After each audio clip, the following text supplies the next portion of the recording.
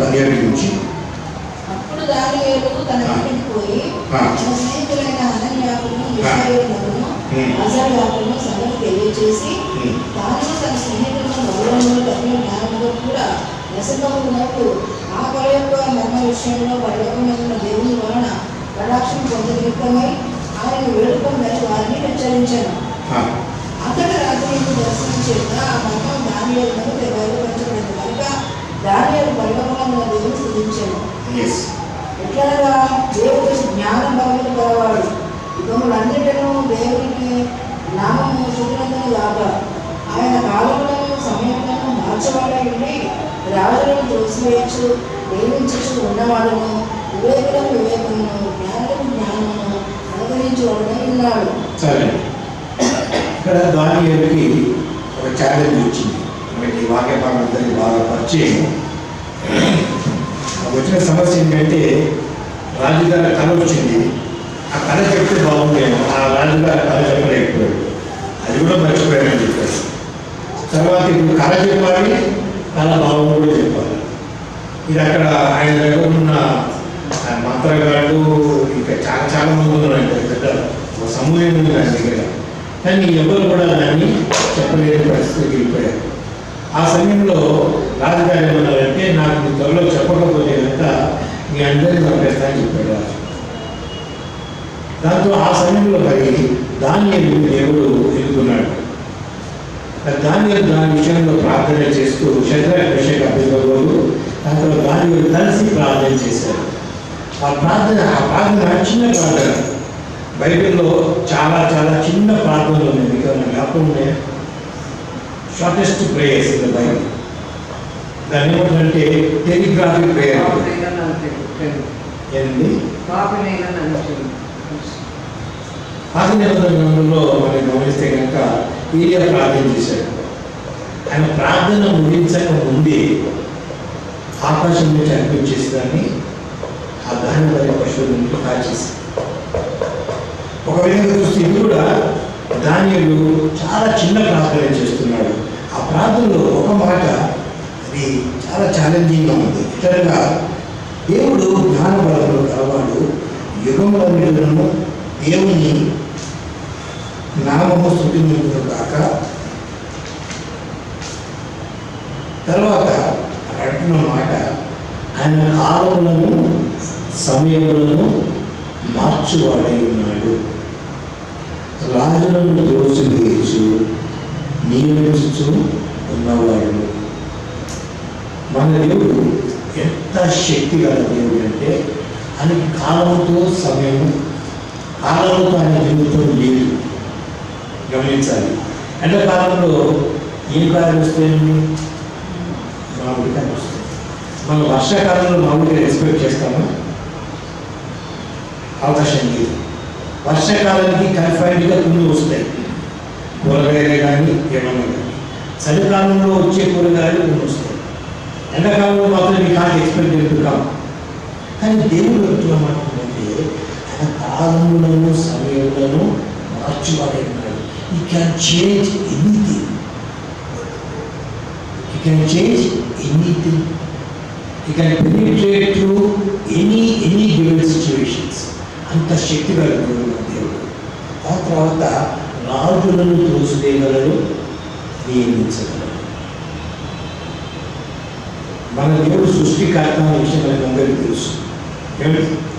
వాక్యంలో విషయంలో తలకు పుట్టక ముందే, తలకు మన హృదయంలో జనరేట్ కాకముందే ఆయన తెలుసని వాక్యంలో మనం చూస్తాం. కాబట్టి we have a God who can do something unbelievable. అవన్నీ మనకు శాంపుల్ చూపించలేదా? చెప్పండి, ఏ శాంపుల్ చూపించారు ఎలక్షన్స్ గురించి? కర్ణాటకలో ఎవరు వచ్చారు? కాంగ్రెస్ గవర్నమెంట్ వచ్చిందా? ఎస్. తెలంగాణ గురించి ప్రార్థన చేశారు. తెలంగాణ దేవుడు తీసుకురాలేదా? తీసుకొచ్చారు. సంఘం ప్రార్థన చేస్తే, మనలంతా ప్రార్థన చేస్తే దేవుడు అద్భుతమైన కార్యాలు చేసే దేవుడు. ఇంకో బాగా చూపిస్తుంది. ఈ వాక్యానికి ఏం చేయి కొలసి పత్రిక అద్భుతమైన వాక్యం. కొలసి పత్రిక చూడండి 15 వచ్చి చదువుతారా ఉన్నా చదవండి ఒకసారి.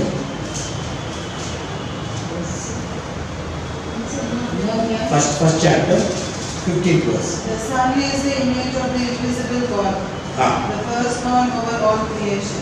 మాకు లిపిలో చదివితే మనకి ఆయన అదృశ్య దేవుని స్వరూపి అయి సర్వ సృష్టికి ఆది సంభూతుడై ఉన్నాడు. ఏలైనా ఆకాశమందున్నవనియు భూమి అందున్నవియు దృశ్యమైనవి గాని అదృశ్యమైనవి గాని అవి సింహాసనములైనను ప్రభుత్వములైనను ప్రధానులైనను అధికారములైనను సర్వమును ఆయన యందు సృజింపబడెను. సర్వమును ఆయన ద్వారాను ఆయన బట్టి సృజింపబడెను. ఆయన అన్నిటికంటే ముందుగా ఉన్నవాడు, ఆయనే సమస్తమునకు ఆధారభూతుడు. 15వ వచనంలో మాట చూస్తున్నాము. ఆయన సర్వ సృష్టికి ఏంటండి? ఆయన ఆది సంభూతుడు. Is the first. ఆయన మొదటివాడు. దాని తర్వాత మనం 12వ వచనంకి వస్తే ఆయన అన్నిటికంటే ముందుగా ఉన్నవాడు, ఆయన సమస్తములకు ఏంటండి? ఆయన ఆధారభూతుడు. Right? Everything is done for him and for himself. అందులో ఎవరెవరు ఉన్నది చెప్పండి. సింహాసనాలు ఉన్నాయి దినాల్లో, ఉన్నాయి కదా సింహాసనాలు. ఎక్కడున్నాయి చెప్పండి సింహాసనాలు? ఈ దినాల్లో ప్రపంచ దేశాల్లో సింహాసనాలు ఉన్నాయి లేవా? ఇప్పుడు చార్ల్స్ ఉన్నాడు, అక్కడ సింహాసనం. Right? Though it is a democratic state. Right? No problem. But coming back to Middle East మనం చూస్తామా? రాజులు చూడము. రాజులు ఉన్నారు. ఇంకో మాట ఏమిటంటే ప్రధానులైనను. Prime ministers.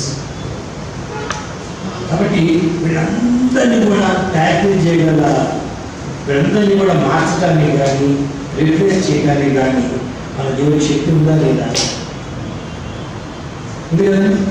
కాబట్టి ఈ రెండు ఈ మాటలు తీసుకొని ప్రభు సన్నిధానంలో మనము ప్రార్థన చేస్తే దేవుడు ఖచ్చితంగా రాబోయే ఎలక్షన్స్లో we can definitely have a change in the central government.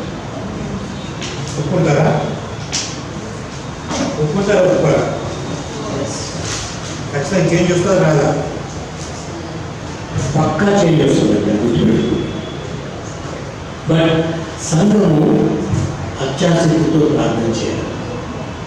ఏలియా ప్రార్థన చేశాడా?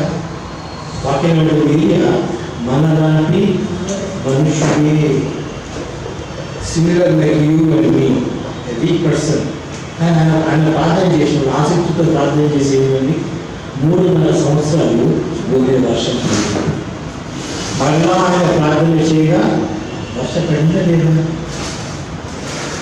కాబట్టి ఏలియా దేవుడు మన దేవుడు, దానియేలు దేవుడు మన దేవుడు, యోసేపు దేవుడు మన దేవుడు. కాబట్టి ఆ విషయాన్ని మనం దయచేసి దృష్టిలో పెట్టుకోండి.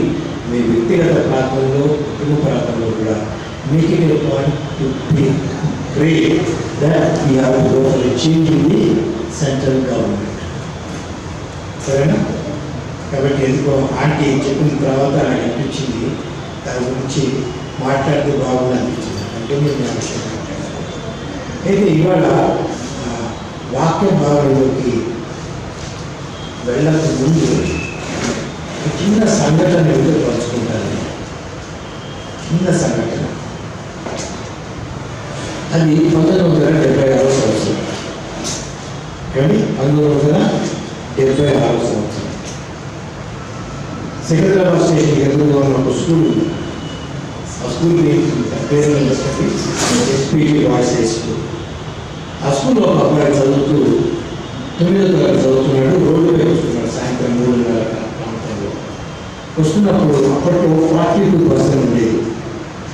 అబ్దుల్ దగ్గర చూస్తున్న బస్సు అది వచ్చి అబ్బాయిని కొట్టేసింది.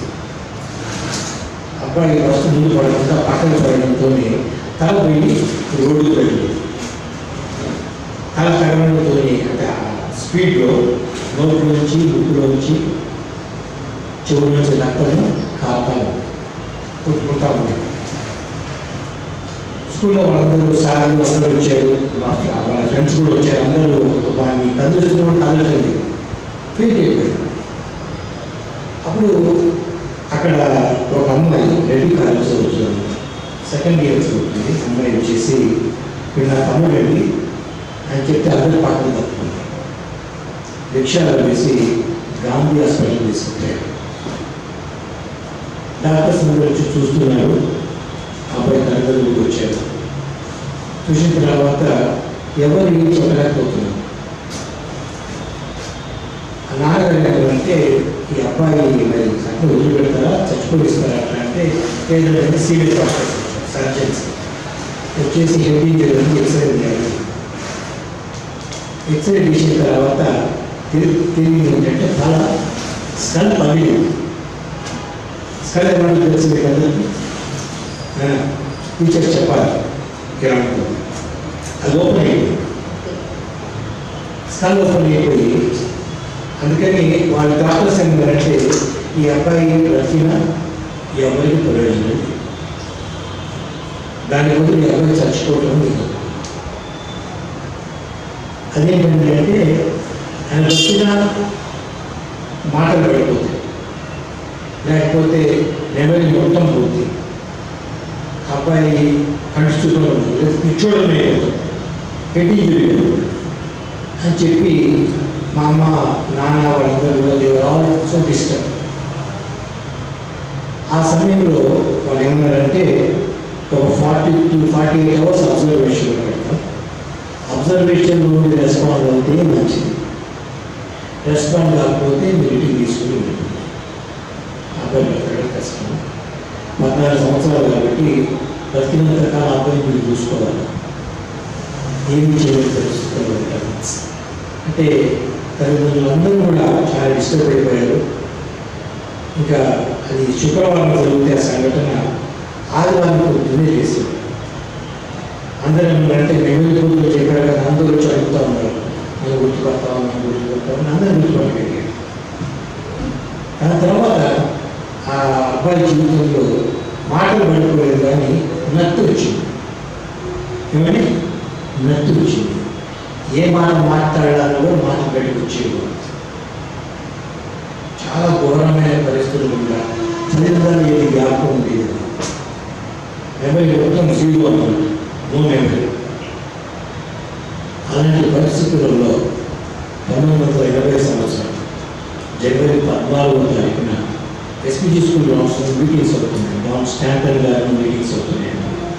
మారనాథ రివైవల్ కూర్చొని ఆయనకి తెలిసి ఉండొచ్చు. అప్పట్లో ఆయన మీటింగ్ పెట్టినప్పుడు ఆ బాబు అక్కడ స్కూల్ తెలుసుకోవడం జరిగింది. ఆ బాబు ఎవరో కాదు, నేను. ఆ జనవరి 14న దేవుడు నా జీవితాన్ని మార్చాడు. వాస్తవానికి నేను క్రైస్తవుని. చర్చికి పోవాలంటే బైబిల్ వెనక దేవులో పెట్టుకుని పోయేవాడు. ఎందుకంటే ఎవరు నన్ను క్రిస్టియన్గా గుర్తుపట్టకూడదు, క్రిస్టియన్గా గుర్తుపట్టకూడదు. నేను బయట ఎట్లుండాలంటే నా క్రిస్టియన్గా కనపడాలి. అంటే ఎందుకు అలా ఆశ ఉంటుందండి. చర్చికి పోయేవాడిని, సండే స్కూల్ వెళ్ళేవాడిని, జీబీఎస్ వెళ్ళేవాడిని, అన్నీ ఉండేవి నా జీవితం. మరి సండే తర్వాత వారం అంతా నా ఇష్టం. ఫ్రైడే మాత్రం ఖచ్చితంగా పుస్తకాలను అమ్మేసేవాడిని. అమ్మి నేను సినిమాకి పోయేవాడిని. ప్యారడైజ్ థియేటర్ సినిమా వస్తే ఫస్ట్ డే నేనే పోవాలి. దానికోసం అప్పుడు 70 పైసలు ఉంటుంది టికెట్. దానికోసం చెమట ఒకసారి పనులు తీరిపోయి టికెట్ తీసుకున్నారు. పచ్చి బూతులు మాట్లాడేవాడు.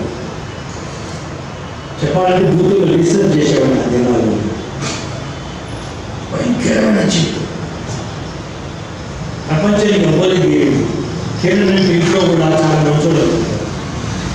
పుస్తకాలు అమ్మేసేవాడిని, ఫ్రెండ్స్ పుస్తకాలు అమ్మేసేవాడిని, అబద్ధాలు, మోసం, దొంగతనం అన్నీ ఉండేవి నా జీవితం. కానీ జనవరి 14వ తారీఖున ఎప్పుడైతే దేవుడు నాతో మాట్లాడాడు, ఆ రోజు నుంచి దేవుడు నా జీవితాన్ని మార్చాడు. ఎట్లా మార్చాడంటే ఇక 3 మాటలతో నాకు అది డిస్టెన్స్ అయిపోయింది. అప్పటి నుంచి ప్రభు కోసం బ్రతకడానికి ప్రారంభించాను. కానీ మీరు అనుకోవచ్చు, మీరు మాట్లాడుతుంది కదండి, అప్పుడు నత్తున్నాడు కదా అంటే నత్తున్న మాట నిజమే. నేను చాలాసార్లు యేసుక్రీస్తు ప్రభు గురించి మాట్లాడడానికి చాలా ఆశపడేవాడిని. కానీ ఫస్ట్ పక్కన చూసుకుంటాడు కదా, చెప్దాం అనేటప్పుడు కదా నా నోటి నుంచి మాట వచ్చేటప్పుడు కదా వాటిని దిగిలి మాట వచ్చేది కాదు. కండక్టర్ కూడా వచ్చి ఎక్కడ దిగాలంటే ఆ మాట నాకు వచ్చేది కాదు. నేను ఎంత మదన పడిపోవాలంటే ఎట్లా ఇప్పుడు నేను ప్రభు గురించి చెప్దామనుకుంటున్నా నా నోటికి మాట రావట్లేదు, నాకు నచ్చుతుంది ప్రభు అంటే ప్రభు చెప్పిన మాట ఏంటంటే సండే స్కూల్లో బిగ్గర్ క్లాస్ తీసుకోమన్నాడు.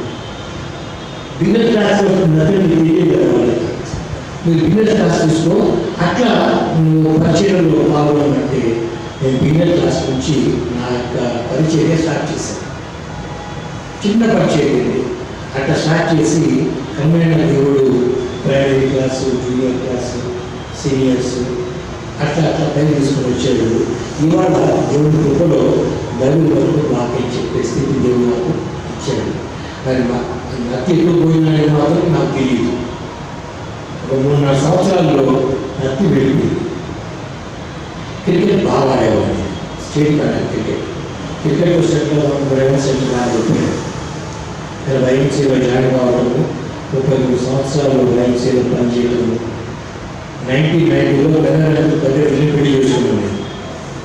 ఇంకో విషయం, పెద్దలకు మా పీటీ మాస్టర్ పెద్దలకు స్కూల్ నుంచి నడిపిస్తున్న వాళ్ళకి అక్కడ నాకు తెలియదు అసలు విషయం. 1990లో నా ఫ్రెండ్ జేపీ వాళ్ళు సంబంధం తీసుకొచ్చాడు. మన బెన్నర్ సార్ బిడ్డారని చెప్పాడు. కాబట్టి ఇమీడియట్గా ఒప్పుకోవడం, పెళ్లి జరగడం, నాకు 2 బిడ్డలు పెళ్లి చేశాను, ఒక మామూలు మనమరాలు. కాబట్టి దేవుడు ఇంతకాలం 61 years ఇంతకాలంలో భద్రపరిచి కాపాడుతుంది. ఎందుకు చెప్తున్నానంటే మనమందరం క్రైస్తవ కుటుంబంలో పుట్టారు, అవునా? కానీ నిజమైన క్రైస్తవంలో కనుక కాకపోతే మనము క్రైస్తవులుగా చెప్పుకోవడం అంతవరకు ఉంటుంది. కానీ మన మరణం తర్వాత మన దగ్గర పరలోక రాజ్యానికి చేరుకోవడం వస్తుంది అనుకుంటే ఎలా ఉంటుంది ఆలోచించాలి కదా. ఒక తెలుగులో సామెత ఉంది, ఇంతవరకు బతికి ఇంతగా సత్యాలు. ఆ పరిస్థితి మన జీవితంలో ఉంటాం. నేను మోసపోయాను, 80 దాకా నేను మోసపోయిన జీవితంలో జీవించాను. కానీ ప్రభు నా జీవితానికి ఆలోచన మార్చడానికి బట్టి ప్రభు కోసం బ్రతకడానికి ప్రారంభించాను. ఇవాళ బైబిల్లో ఒక వ్యక్తిని చూపిస్తాను నేను. ఈ బైబిల్ మన క్యాప్షన్ ఏంటంటే, క్యాప్షన్ అంటే సాధారణంగా బ్రహ్మ కాదు పేపర్స్లో హెడ్లైన్ చూస్తూ ఉంటాయి, అది క్యాప్షన్ అంటారు. ఇవాళ క్యాప్షన్ ఏంటంటే ఎన్కౌంటర్. ఏ క్యాప్షన్ అండి? ఎన్కౌంటర్ ఇంగ్లీష్లో, తెలుగులో ఏమంటారు? ఎన్కౌంటర్ చెప్పండి, నాకు తెలుగుగా అంటారు. ఎన్కౌంటర్ అంటే ఒక వ్యక్తితో నువ్వు కలవటం. దాన్ని ఏమన్నా మీరు చెప్పాలండి, నాకు కొద్దిగా తెలుగులో. ఎన్కౌంటర్ అంటే మనకి మీకు వివరిస్తాను. నక్సలైట్స్ని ఎన్కౌంటర్ చేశారంట, అవునా? దాంట్లో పేపర్ వస్తుంది, అది ఫేక్ ఎన్కౌంటర్ అంట. నక్సలైట్స్ ఏం చేస్తారంటే వాళ్ళని అడిగి తీసుకెళ్తారు, వాళ్ళు పరిగెత్తారు, పోలీసు పరిగెత్తారు, షూట్ చేసేస్తారు. ఆ చంపేసి వాళ్ళ చుట్టూ దాంట్లో ఉన్నట్టు పిస్టల్స్ ఉన్నట్టు ఎవరు చూపించేసి ఎన్కౌంటర్. కానీ వాస్తవంగా ఫేక్ ఎన్కౌంటర్ అంటే ఒక వ్యక్తితో కలవటం అన్నమాట. అంటే ఒక వ్యక్తిని కౌంటర్ చేయడం అనమాట. Encountering individual. మన వాక్య భాగాలను చూద్దాం. ఇక్కడ పౌలు మరి ఎబ్రీ పత్రికలో 12వ అధ్యాయంలో ఒక మాట వాస్తవం ఏంటంటే, ఇంత గొప్ప సాక్షి సమూహాలను చూస్తూ ఉన్నాం. అక్కడ ఏం చెప్తున్నాడంటే పౌలు గారు, నేను ఒక ఏమంటారు పందె రంగంలో ఉన్నాను. ఏమంటాడు? పందెపు రంగంలో ఉన్నాను, నేను పరిగెత్తుతున్నాను, అవునా? క్రిస్టియన్ వాక్ అంటారు. బట్ సౌలు గారు ఏమంటారంటే ఇది ఒక పరిగెత్తడం. ఎందుకు పరిగెత్తారు చెప్పండి? స్కూల్స్లో మనం పరిగెత్తడం లేదు కదా, పీటీ మాస్టర్ గారు అంటారు, అన్లిమిటెడ్ డాష్ అంటారు, 10 మంది నిలబడతారు పిల్లలు, ఎలిమినేషన్ రౌండ్, ప్రీ ఫైనల్స్, తర్వాత ఫైనల్స్ ఉంటాయి 1, 2, 3, 4 స్టేజెస్. ఈ పరిగెత్తడంలో ఎంతమంది ప్రైజ్లు వస్తాయని అందులో ఫస్ట్ ప్రైజ్ ఒకరికి వస్తుంది. అలాగే ఒకరికి వస్తుంది. మేనేజ్మెంట్ కాదండి 3 ప్రైజెస్ ఇస్తామంటే 1, 2, 3 కదా. కానీ ఇక్కడ అపోస్తలుడైన పౌలు అంటున్నమాట అంటే నేను పందెంలో పరిగెత్తుతున్నాను, నేను ఒక గురి యొక్క పరిగెత్తుతున్నాను. అసలుకి ఈ పౌలు గారి జీవితంలో మొట్టమొదటిగా ఆయన పేరు సౌలు. ఇంకనే పేరు సౌలు. ఈ సౌలు గారి జీవితం ఎలా ఉండేదంటే ఒకసారి మనము అపోస్తలుల కార్యము, అపోస్తలుల కార్యము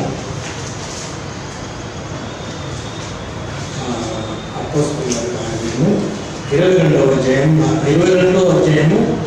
3వ వచనం చూడండి. అపోస్తలుల కార్యము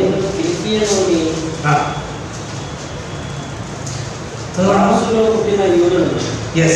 అయితే ఈ పట్టణంలో గమలీయేలు పాదముల యొద్ద పెరిగి మన పితరుల ధర్మశాస్త్ర సంబంధమైన నిష్ఠయులు శిక్షకులని నియమం ఈ మార్గంలో ఉన్న పురుషులను స్త్రీలను బంధించి చెరసాలలో వేయించు వరకు హింసించుతుంది. అక్కడ మనము సౌలు చూస్తున్నాం. ఈయన ఎవరండి? ఈయన గోత్రం ఏంటి? బెన్యామీను గోత్రం. పాత నిబంధనలో ఒక వ్యక్తిని చూస్తున్నాం, బెన్యామీను గోత్రం. ఎవరు? ఆయన కూడా సౌలు. సౌలు బెన్యామీను గోత్రమే. అయితే ఈ సౌలు ఈయన బాగా చదువుకున్న వ్యక్తి. వింటున్నారా? బాగా చదువుకున్న వ్యక్తి. ఎవరి దగ్గర నేర్చుకున్నాడు చదువు? గమలీయేలు పాదముల దగ్గర నేర్చుకున్నాడు. వాస్తవానికి పౌలు గారి జీవితాన్ని వాళ్ళ ఫాదర్ యొక్క చేస్తున్న వ్యాపారం ఏంటంటే ఆ టైంలో ట్రేడింగ్ చేసేవాడు. ట్రేడింగ్ అంటే ఈ షిప్స్లో అప్పట్లో ఈ ఫ్లైట్స్లో ఏమి లేవు. అప్పట్లో ఈ షిప్ షిప్ అంటే చేసుకోవాలి. ట్రేడింగ్ అంటే వర్తకం చేసేవాడు. వర్తకంలో ఆయన దగ్గర చాలా ఉండేవి షిప్స్. ఆయన దగ్గర ఆయన ప్రాపర్టీ ఎంత వర్త్ అంటే సుమారు 3,500 కోట్లు. ఏంటండి వాళ్ళ డాడీ ప్రాపర్టీ యొక్క విలువ ఏంటంటే 3,500 కోట్లు. అంటే సౌలు గారి దగ్గర డబ్బు, హోదా, గుర్తింపు, సమాజంలో గుర్తింపు, పొలిటికల్గా, సోషల్గా, ఇంకా మీరు ఏమని చెప్పండి. నిజంగా ఆ పౌరు గారికి వినాలంటే ఎక్కడో బండారేసులో పెద్ద మ్యాచ్లు వచ్చాయి. అంత డబ్బు గల వ్యక్తి గమలీయేలు. ఎవరైనా ఈ గమలీయేలు ఆ దినాల్లో సన్నిహిత సభ ఉండేది. సన్నిహిత సభలు 72 మంది ఉంటారు. దే ఆర్ ఆల్ లాంగ్ మేకింగ్ బాడీస్. మనకి యోహాను సువార్తలో వ్యక్తి చూస్తాం, నికోదేము. నికోదేము కూడా ఆ సన్నిహిత సభలో ఒక వ్యక్తి సభ్యుడు. అంటే వాళ్ళు ఈ యొక్క తోరాన్ని చాలా చదివిన వ్యక్తులు. వాళ్ళు 5 గ్రంథాన్ని, పంచగ్రంథాన్ని వాళ్ళు చాలా చదివిన వ్యక్తులు. ఈ యొక్క అందులో ఒక వ్యక్తి వాళ్ళని గమలీయేలు. గమలీయేలు నేర్చుకున్నట్టు ఆలోచన చేసుకుని ఆయన ఏమంటారు ఇంటెలిజెన్స్ కానీ ఆయన చదువు ఒక స్థాయి కానీ ఎంతో ఉన్నతమైనది. ఆయన దృష్టిలో ఏముందంటే క్రైస్తవులని హింసించాలా చేయాలని ఆయన నిష్ట గల యూదుడు. Is called as an orthodox Jewish person. శిష్యుల్లో కూడా ఒక నిష్ట గల యూదుడు పేరు చెప్పండి. పేరు చాలా నిష్ట. ఇప్పుడు నిష్ట గల అంటే మన హిందువులు చూస్తే బ్రాహ్మణులు అంటారు. అంతే కదండి. నిష్ట గల బ్రాహ్మణులు అంటే వాళ్ళు తండ్రి వేసుకుంటారు, తండ్రి స్నానం చేస్తారు. అంటే వాళ్ళు చాలా హైయెస్ట్ లెవెల్ ఆఫ్ పీపుల్ అనేది వాళ్ళ ఆలోచన, వాళ్ళ బ్రాహ్మణులు. ఇక్కడ సౌలు గారిని చూస్తున్నాం. సౌలు గారి జీవితంలో కూడా బాగా చదువుకున్న చదువుకున్న వ్యక్తి, డబ్బు గల వ్యక్తి, సమాజంలో బాగుగా గుర్తింపు పొందిన వ్యక్తి. ఎందుకంటే ఈ ఏం చేస్తుంది చూడండి, అక్కడ కింద బాగా చదవండి, అక్కడ మీకు చదవాల్సిందిగా. ఇందులో గురించి ప్రధాన యాజకులను పెద్దలందరూ నా సాక్షులై ఉన్నారు. నేను వారి వల్ల సహోదరులకు పత్రికలు తీసుకుని దమస్కులోని వారిని కూడా బంధించి దండించుటకై యెరూషలేమునకు తేవలనని అక్కడికి వెళ్ళింది. ఏం చేస్తున్నాడు చెప్పండి. ఇప్పుడు వాస్తవానికి పౌలు గారి దృష్టిలో ఆయన చేస్తుంది కరెక్ట్. ఆయన యూదుడు, ఎవరు క్రైస్తవులు అంటున్నారు, వీడు మనవాడు కాదు, వీడు మనవాడు కాదు. కాబట్టి ఈ క్రీస్తుని ప్రశ్నించే ఒక వర్తని కొడుకు గురించి మాట్లాడుతున్నారు వీడు. అంతేకాదు వాళ్ళ దృష్టిలో ఆయన వర్తని కొడుకు ఈ నోబల్, సరే వాడికి రసాయనం దాన్ని గుర్తించలేదు. అలాంటి పరిస్థితులలో ఈయన చేస్తున్న పని నేను సరైన పని చేస్తున్నాను, కరెక్టే చేస్తున్నాను అని చెప్పి ఏం చేశాడు, గవర్నమెంట్ దగ్గర తీసుకున్నాడు. ఆయన ఒక ఆర్డర్స్ తీసుకున్నాడు. మనంటే గవర్నమెంట్ ఆర్డర్ ఆర్డర్ తీసుకొని ఏం చేస్తున్నాడు ఈయన, ఎక్కడ పోతున్నాడు ఆయన, దమస్కులోని దమస్కు అనే ఊరికి వెళ్తా ఉన్నాడు. యెరూషలేము నుంచి బయలుదేరి దమస్కు పోతున్నాడు. ఆర్డర్ తీసుకున్నాడు. నేను కూడా అప్పుడు నేను గొడవ మీద పోతా ఉంటే ఒక 20 మంది వచ్చారు చుట్టూ. ఉండగా పెద్ద మనిషి ఒక ఆయన ఉన్నటువంటి మినిస్టర్ మీద ఒక గన్మెన్, 4 బాడీ గార్డ్స్, ఒక 20 మంది బలం. నా వైఎస్ఆర్ ఉన్న మినిస్టర్ పేరు అంటే మాకు భయం. ఎందుకంటే ఆయన అంటే 30 మంది 40 మంది వస్తారు. ఒక బ్యూరోక్రేట్ అంటే ఎవరు గన్మెన్ అవుతుంది. కాబట్టి మీరు సిచ్యువేషన్ ఇక్కడ పౌలు గారి జీవితంలో కూడా ఎలా ఉందంటే ఆయన అంటే ఒక 30-40 మంది ఒక గ్రూపులో పోతున్నాడు. పాఠ్యభాగం అది గమనిస్తున్నాడు. వెళ్ళని చూడండి. నేను ప్రయాణం చేస్తూ దమస్కులో సమీపించినప్పుడు మధ్యాహ్న కాలంలో ఆకాశం నుండి గొప్ప వెలుగు అకస్మాత్తుగా నా చుట్టూ ప్రకాశించెను. ఏమైంది, తాగుడు వేసుకున్నాడు, గొర్రె మీద పోతున్నాడు. అంటే ఏమంటారు దాన్ని, శక్తిగా వచ్చింది కదా, చూసుకోబోయి ఏం చేస్తారు. యెరూషలేములో అందరినీ గొడవ పెట్టేశాను, అరెస్ట్ చేశాను, కొట్టిపించాను, వాళ్ళని నరకయాత్రలు పెట్టాను, అన్నీ చేశాను. చేసి చాలా హ్యాపీగా ఇంకా దమస్కు పోవాలా, అక్కడ పోయి వాళ్ళు తీసుకొని వాళ్ళు ఏం చేయాలా, వాళ్ళని హింసించాలా, జైల్లో వేయాలా, వాళ్ళని కొట్టిపించాలా వాళ్ళని అని ఇన్ని ఆలోచనలతోటి సౌలు గారు మహా సంతోషంగా పోతున్న సమయంలో మధ్యాహ్న సమయంలో జరిగిన సంఘటన ఏంటంటే, నేను నేల మీద పడి సౌలా నేను ఎందుకు నన్ను చూస్తున్నావు, నాతో స్వరంతో వింటింది. అందుకు నేను ప్రభా నీ ఎవరిని అడిగినప్పుడు ఆయన నేను నీవు చూస్తున్న నజరేయుడగు యేసుని అని నాతో చెప్పాను. నాతో కూడా ఉన్నవారు ఆ వెలుగును చూసేది కానీ నాతో మాట్లాడిన వారి స్వరం వారు వినలేదు.